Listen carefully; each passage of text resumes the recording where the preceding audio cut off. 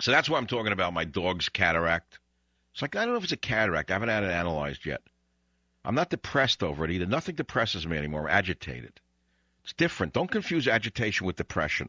Don't mix everything up because the doctors are such pill pushers. They lead you to believe that anytime you have a feeling at all, it's like depression. Every feeling you have is depression. Now, it may not be depression. It could be anger. It could be rage, which are perfectly normal human emotions until this generation of pill pushers came along. It could be something else other than depression. Don't confuse anguish with depression either.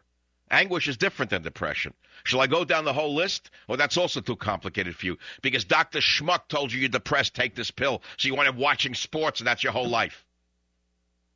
So I'm anguished over the dog, that why he has a cataract instead of one of the czars. Why didn't one of the czars get a cataract instead of something? Why does my dog have to get? Who do you ever bother?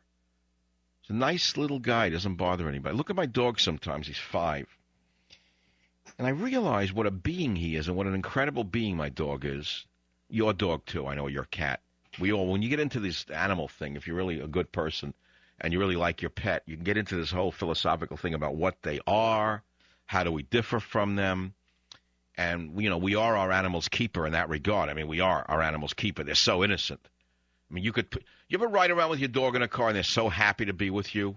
Like if you were taking them to a vet to euthanize them. I mean, I'm getting like dark because you have to do that sometimes. Do you realize what a heartbreak that is? People have had to do that. I mean, it rips their hearts out forever.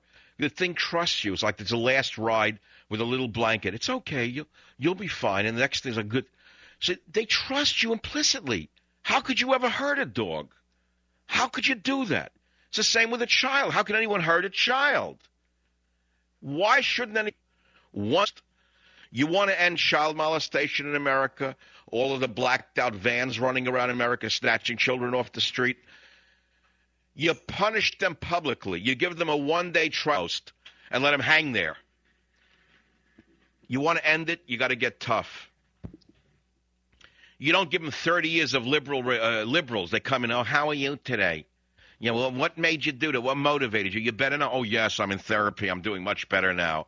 I mean, I'm going to have these impulses I know how to control. And let them out 2 days later, they do it again. Liberalism is a mental disorder. It's killing all of us every day. See, I'm fixed in this, it's E-Day fixed thing. I can see it so clearly. I'm like a cancer specialist. I've done the x-rays. The body politic is riddled through with cancer. And I don't know that it's curable. That's why I'm anguished over America right now. The only way to cure this disease is through a complete and total lifestyle change for the American political machine. But it ain't happening too soon, boys and girls. We need a vigorous third party to come along and save America from the cancer of the Democrat-Republican lie. You look at the Democrats and Republicans. Can you honestly say to me, other than I can name 4 Republican senators who I would vote for president, none of them will run. They're all Southern white male Christians. That's right, you heard me. And I'm not Southern, and I'm not from the South. I'm not a Christian, but all 4 of them are Southern white Christian males. They're the only ones I would trust for the presidency.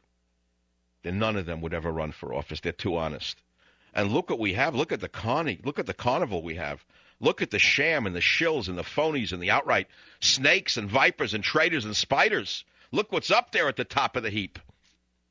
That's why you're not going to get me involved in this thing of, oh, yeah, Fox News is a real threat to Obama. It's a charade. It's the World Wrestling Foundation. The WWF between the two of them.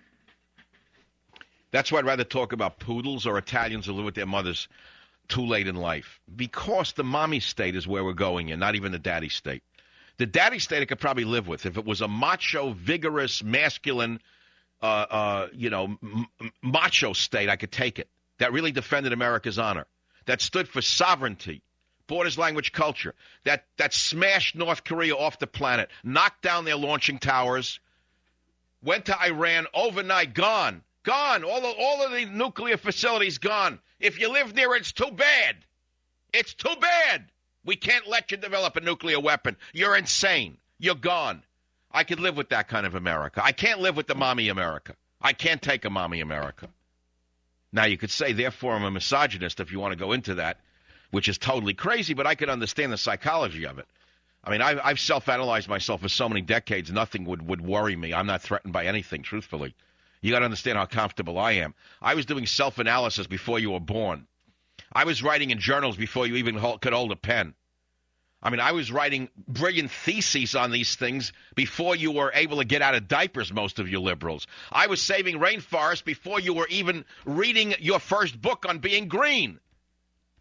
New York City, WOR. Carol, welcome to the Savage Nation. Dr. Savage, I'm calling about the poodle. We have a 5-year-old. That's a much better topic than Bill O'Reilly or a Barack Obama. Two heads of the same coin. I'm sorry, how old is your poodle and what happened to it?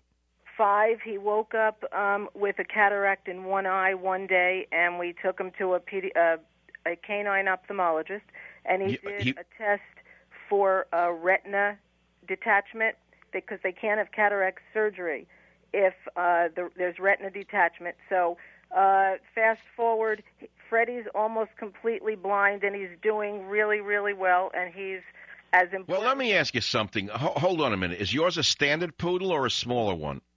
6-pound toy poodle. Okay, I have an 11-pound, whatever. They all have different names for them. But he's 100% poodle the way they should be, and he's not clipped like an ugly little French poodle. Mine has full fur on him. He looks like a teddy bear. Everyone says, what kind of dog is it? I said, that's a poodle. I said, I never saw a dog like this because it looks like an actual bear. And he can stand on his rear legs. It's unbelievable, this animal. But anyway, I see a film on his right eye, and I'm pretty sure there's something wrong. Probably. What made you notice your dog had a problem with his vision? Excuse me? What made you first become aware that your dog may have a vision problem? Just the film. That's the only reason we went. Oh, great. Yeah, I know. I'm pretty observant. I don't need a quack to tell me something's wrong. I could see it, too.